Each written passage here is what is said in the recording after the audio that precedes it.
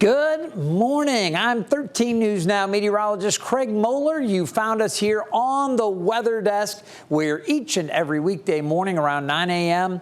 we tackle the day's top weather headlines. And do we have a lot to go over today? I hope you had a great weekend. Winter is arriving over much of the eastern and northern central U.S. It has been something over the weekend. Winter is coming in with cold air, blustery conditions, and some snow as well. So we're going to take a look at all of this. And we've got a special guest. Megan Garrity is going to join us in a few minutes here to talk about some important steps you can take around your home to prepare for these freezing temperatures. Think about maybe some outdoor plants, some things you can do to protect your plants, and think about some things we could do around the property. So we'll have more on that coming up. In addition, it has been a rough go. We're going to talk about Feng Wang slamming the Philippines yet again. Now, you might see this headline here,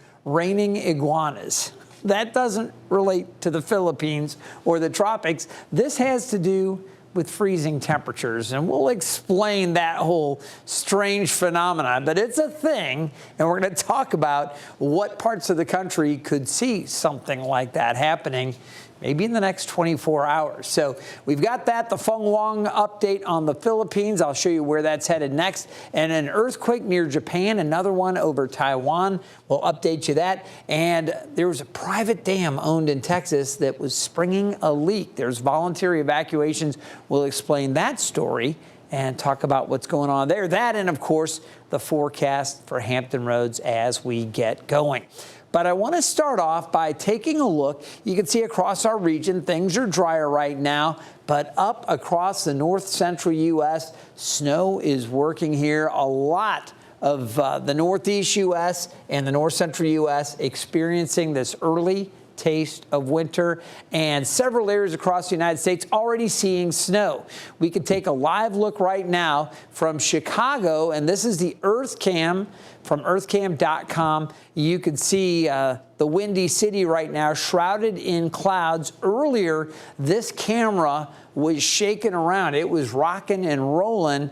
The winds have eased a bit there, and right now they're not seeing snow, but we can take a little closer look at our radar, and I can show you some snow is going to come back into the Windy City.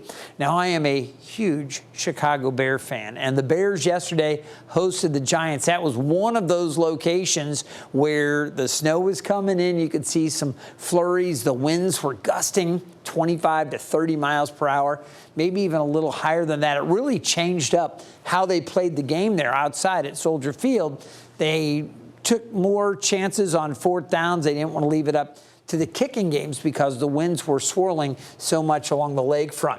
As we take a little closer look, you can see the snow flying there. We've seen snow, and we had some cams a little earlier from some of the other areas up in the Northeast. Specifically, Buffalo was dealing with a lot of snow earlier, so it has been a mess. For Chicago, you can see some lake effect snow with cold air blowing down over the relatively warm waters of Lake Michigan here. We've got some plumes of snow working down across north side of Chicago, really not down to Soldier or that area we just showed you, that Earth Cam looking back at the skyline here in Chicago yet, but they'll likely see some more snow as well. I think we may have one more Chicago cam.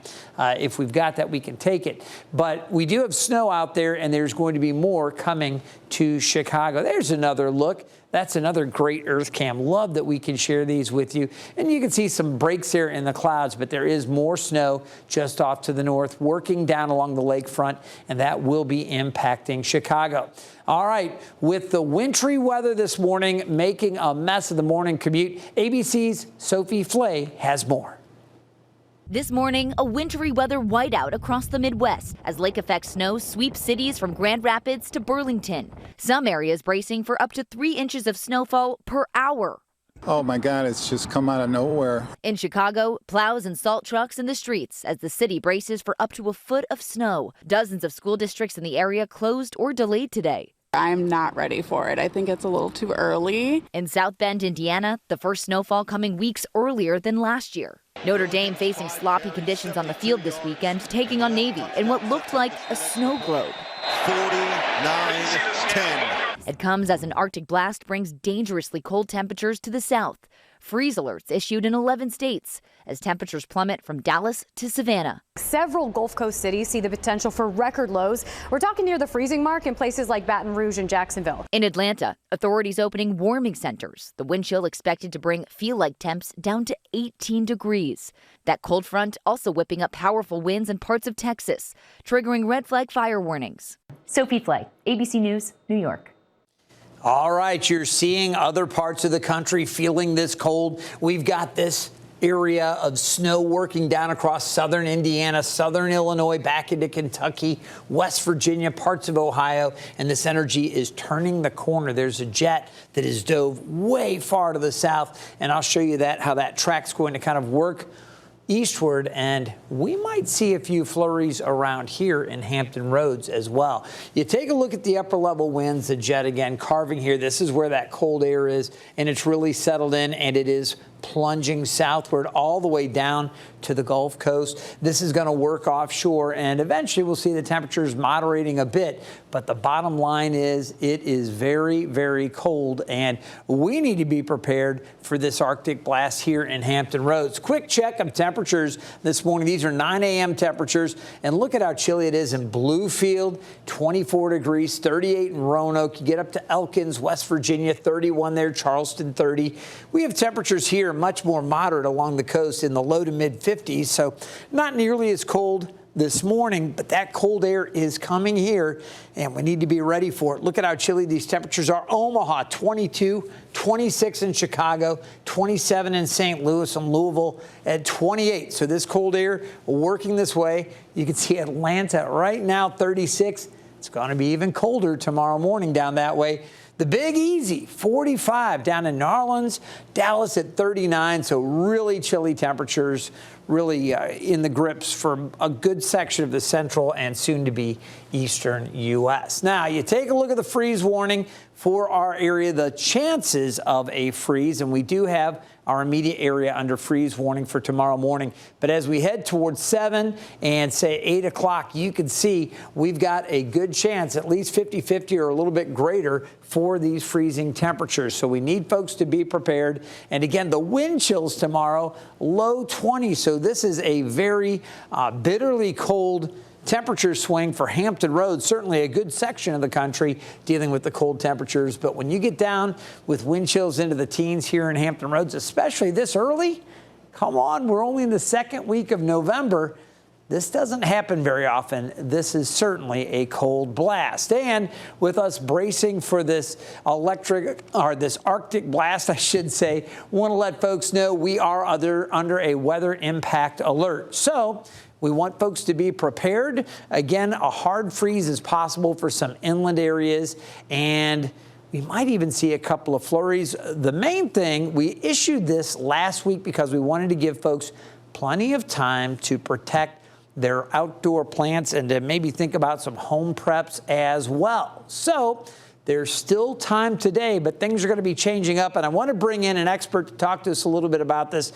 This is Megan Garrity, the Associate Extension Agent of Agriculture and Natural Resources with Virginia Co-op Extension for the city of Norfolk. Megan, it's good to have you this morning. Wow, a big cold snap coming. What should folks think about doing around their homes and to protect their plants? Hey, Craig, thank you so much for having me on the show. So I wanted to take a minute today to talk to everyone about the 3 things that you can do today to prepare your garden. So the first would be to cover your plants. The second is to water your soil and then move some containers. And I can go into more depth on that if you'd like me to right now, or we can wait. No. This is great. You know, I always think about it. You know, people say, oh, do we have to put down, plastic, or do you recommend like maybe throwing down some extra mulch? What do you think? What are the kind of some of the best easy things people can do to try to protect those tender vegetation or plants? Right. That's a great question. So when we have these frosts like this, the biggest concern is our tender plants, like you just stated. So we're worried about our warm season vegetables and our tropical ornamentals. And something that you can do to cover your plants, if you do not have a frost cloth, is to go upstairs into your linen closet and grab a sheet. And you can take this sheet and cover your plants as long as you make sure that you are anchoring it down at the bottom, and you want to make sure it's still lifted off of the surface of the leaf. So that's the first step, something easy that we may have on hand already. So you could actually almost like create a little tent for the plants by maybe putting some little dowels or stakes up and then hanging the sheet over it, something like that maybe? Yes, that could work. The biggest thing is just making sure that you're creating this climate where you're kind of like tucking your plant in a way. So if you have some garden stakes, you can put them, kind of lift them off of your plants. As long as this is draped over nice and loosely over top of it, you should be all right. Nice. Now, okay, if you don't have the ability to throw sheets over your plants or whatever, obviously you can bring things indoors. Are there any other like trips or tricks or hacks or anything that you would suggest or are there any plants that are particularly vulnerable right now? You know, some of them might be hardy enough to make it through something like this, but with potential freeze down into the 20s for some areas, you know, what plants need to be most concerned with? So a lot of your plants that are going to be most susceptible are going to be your citruses or your annuals. Your annuals go through one life cycle, and around here we have a lot of them in our landscape beds. But some people have citrus or even like our beautiful hibiscus, and those are in containers that you could move into your house. Now, in your vegetable garden, your peppers and your tomatoes, I would suggest going ahead and pulling the fruit off of those plants tonight just in case. But we also have an opportunity right now to plant some cool season crops, most of your brassicas. So your collards and your spinaches, and those will do just fine with cold, actually.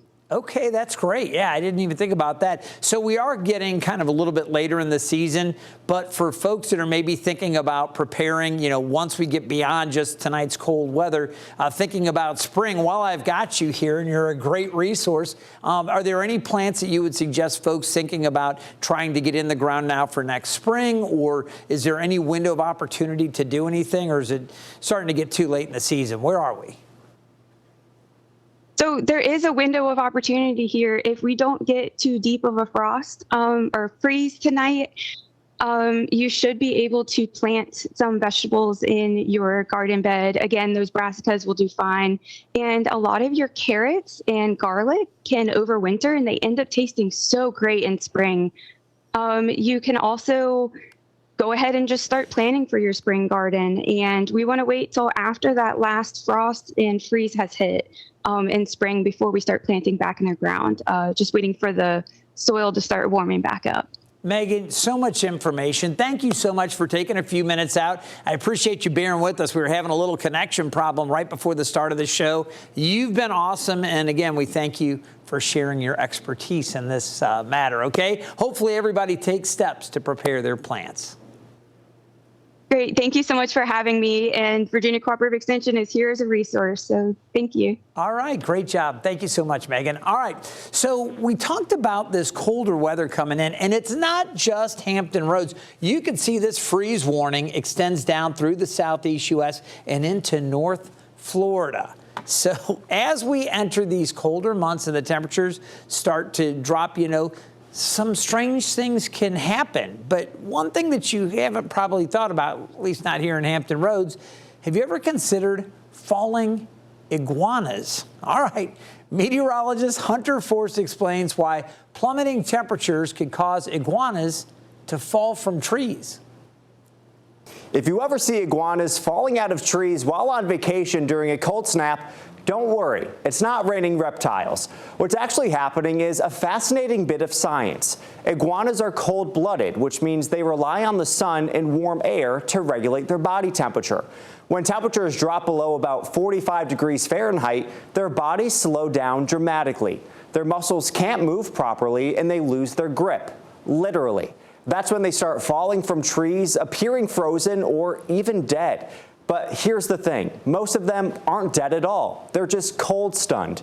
Their heart rate and breathing slow way down to conserve energy, and they stay motionless until the air warms back up.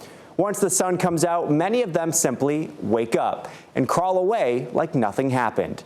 Still, long periods of cold can be deadly, especially for smaller iguanas. So the next time you do hear about falling iguanas, just remember, it's not a storm of lizards, it's just a nature's reminder that even reptiles need a little warmth to keep hanging on. For 13 News Now, I'm meteorologist Hunter Forst. Leave it to Hunter, our resident Florida man, to tell us about freezing iguanas falling from trees. I'm going to introduce you to somebody very special. This is our Daybreak executive producer, Samantha Spinacci, and you've lived down in Florida. And when we were talking about this, I was like, I'd heard that, obviously, cold-blooded, they get sluggish or whatever. But this is a thing, and we got to talking about it, and I was fascinated to hear you were telling some stories. It can actually be something that people need to kind of be careful with. Yeah, so I work in the Tampa Bay area, but this primarily happens in South Florida, around like the Miami area. You'll see iguanas all the time there around the year.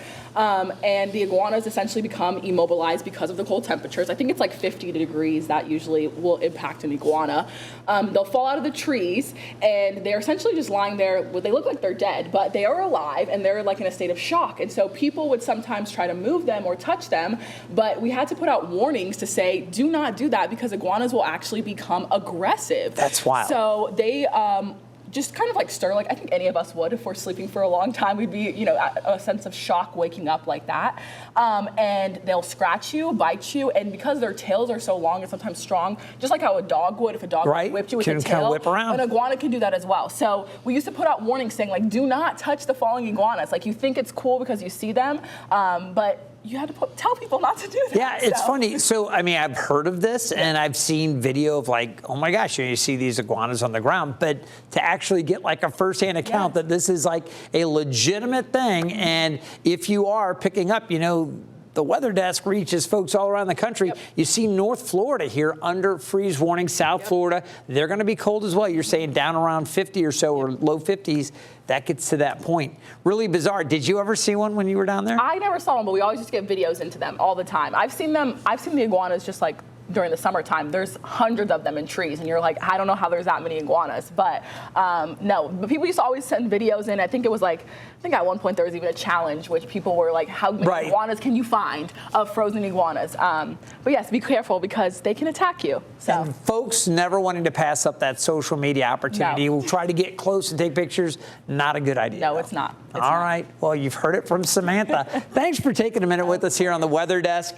It is something I just never really thought about. All right, we're going to take a short break. And Samantha, these are some of the headlines. You see, we do have a freeze warning. So this is what we're going to be dealing with coming up in just 2 minutes. We can take this full. I'll show you the headlines. We are going to talk about Feng Wang. It slammed into the Philippines. There was an earthquake near Japan. Another one struck Taiwan.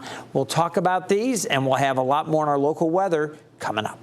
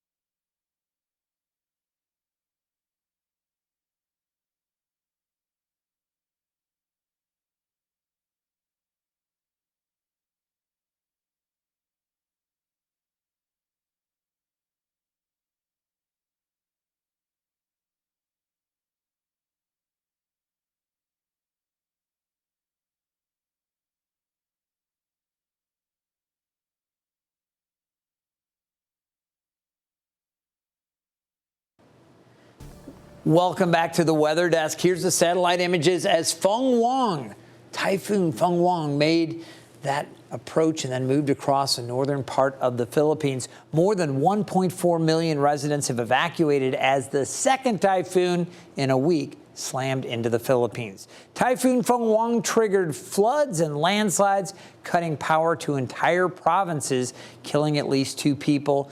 It slammed into the coastal municipality. I'm going to give this a shot. Dinalungan, I think that's right, on the main island of Luzon, with sustained winds of up to 143 miles per hour. Feng Wang follows on the heels of Typhoon Kalmeji, which killed nearly 200 people in the central part of the nation, as well as 5 people in Vietnam. Let's show you where Feng Wang is headed next. You can see it is forecast. Right now, a tropical storm, but it's forecast to become back to a typhoon and then make a run towards Taiwan, most likely making landfall as either a minimal typhoon or potentially a strong tropical storm. It will weaken pretty quickly once it moves inland. Those winds should knock back. But with this thing at 80 to 85 miles per hour, with those winds coming in as it makes the approach to Taiwan, we'll certainly want to keep a close eye to that as we get into the middle part of the week. After that, it will weaken as it moves past Taiwan. So that's a look at Feng Wang. Here in the Atlantic, things are pretty quiet. We do have some clusters of storms in the southern part of the Caribbean there, but the Gulf is quiet. The Eastern Pacific also quiet, just a cluster of storms here, not organized. No tropical development expected anywhere across the Atlantic basin over the coming week. That's good. Here we are in the middle of November, not much longer before we put the Atlantic basin and the tropical season to bed. Now, I do want to talk about earthquakes, and you can see there were numerous little earthquakes here across the southern U.S. We get them every day, little tremors here and there. But we had a larger earthquake in Japan, and this one, it shook off the coast of Japan as we went early. Well, it was Sunday their time, but early this morning, 12.7 magnitude quake had the country under a tsunami warning for several hours. That warning has since been lifted. The quake was detected about 78 miles off the coast of Yamata and is measured at about just a little over 6 miles deep. Then here in Taiwan, so we had that one just off the coast of Japan. This one down here around Taiwan, not as strong, but again, another earthquake this morning, 5.1 the magnitude, and the depth there about 7 feet. So that's what's happening there. As we turn our attention to Texas, we're not going to worry so much about the earthquakes because, again, those are all little itty-bitty tremors. But we do have something else to talk about. Officials in Polk County are preparing for the worst. Residents were told to pack up and to prepare to stay away for several days. On Saturday, first responders delivered voluntary evacuation orders for residents living south of the privately owned Carter Lake Dam. This comes after the dam's owners reported water leaking through an 8-inch hole, something officials say could cause the dam to fail and flood the surrounding neighborhoods. Courtney Comstock of the Polk County Office of Emergency Management says the dam's private owners tell her office that they are currently working to pump water below the hole so that a private engineer can assess the damage. It's the responsibility of the property owners to remedy the situation. And so we as county officials are here to look out for public safety in regards to the situation and make sure that those residents within the area of concern below the dam are safe and out of that area should conditions worsen. Property owners speculate there may have been some beaver activity where they try to burrow into the embankment of the dam. All right, we're going to take a look at what's happening again here in Hampton Roads, and we do have this kind of bracing for the freezing temperatures tonight. You see the snow out to the west. We've been tracking some of this. Places like Indianapolis, back down through Evansville, Indiana, Louisville, Kentucky, Cincinnati, Ohio, all these areas seeing some snow, some light snow. Charleston, West Virginia, beautiful area when you get up into the mountains. It's gorgeous to see that snow falling. but it can make travel a little tricky along the turnpike there in West Virginia, 64. A little bit of snow over some of those higher passes. Folks need to be careful.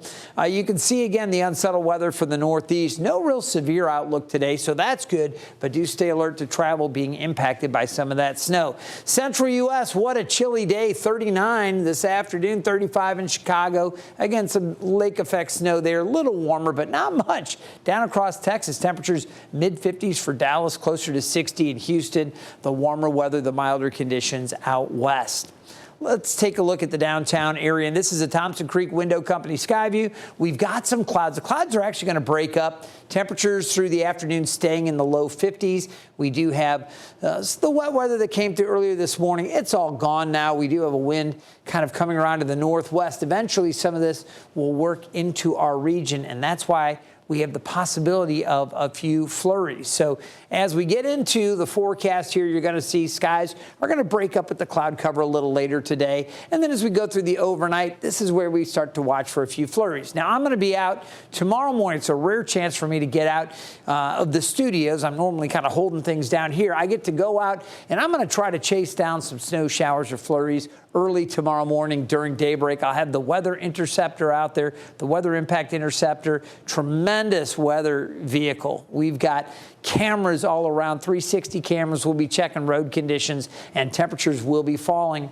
Again, we're not anticipating a tremendous amount, but I do think we'll see a few flurries, and then the colder air comes rushing in behind that kind of wave of low pressure coming through, and that's going to set up a really cold day tomorrow. That's why we have our weather impact alert. Here's the Thompson Creek Window Company Skyview at Nauticus, 52 degrees. As I mentioned, temperatures are going to stay in the low 50s. We have small craft advisories up today, but gale warnings will be up for tomorrow, so it will be a little bit windier tomorrow. Conditions pretty raw out there on the water. Temperatures lower 50s through the afternoon, breezy in Virginia Beach and along the eastern shore, low 50s for the peninsula and the middle peninsula, down around the Outer Banks, mid to upper 50s there, low to mid 50s for most of northeast North Carolina. As we head through the overnight, the low down around 32, freeze warning, flurries possible, otherwise increasing clouds, and we do have that freeze warning early in the morning. Mostly sunny otherwise. Highs for Veterans Day around 47 degrees. As we look out over the next 7 days, temperatures in the upper 50s to near 60 through Saturday. Sunday should see highs in the mid 60s. All right, I want to remind you, you can always get the latest news, traffic, and weather on the go with the 13 News Now app. Scan the QR code on your screen. Download the app. It's free on the App Store and Google Play, and that is a great way to stay in touch with our forecast, with any breaking weather or traffic. We always keep you updated, of course, news updates as well. Again, tell your friends about the Weather Desk every single weekday, Monday through Friday. We do this show, half hour dedicated to the top weather headlines from across the region, across the country, around the world, sometimes even beyond. All right, that's going to do it for today's edition of the Weather Desk. I'm meteorologist Craig Moeller. We'll see you next time.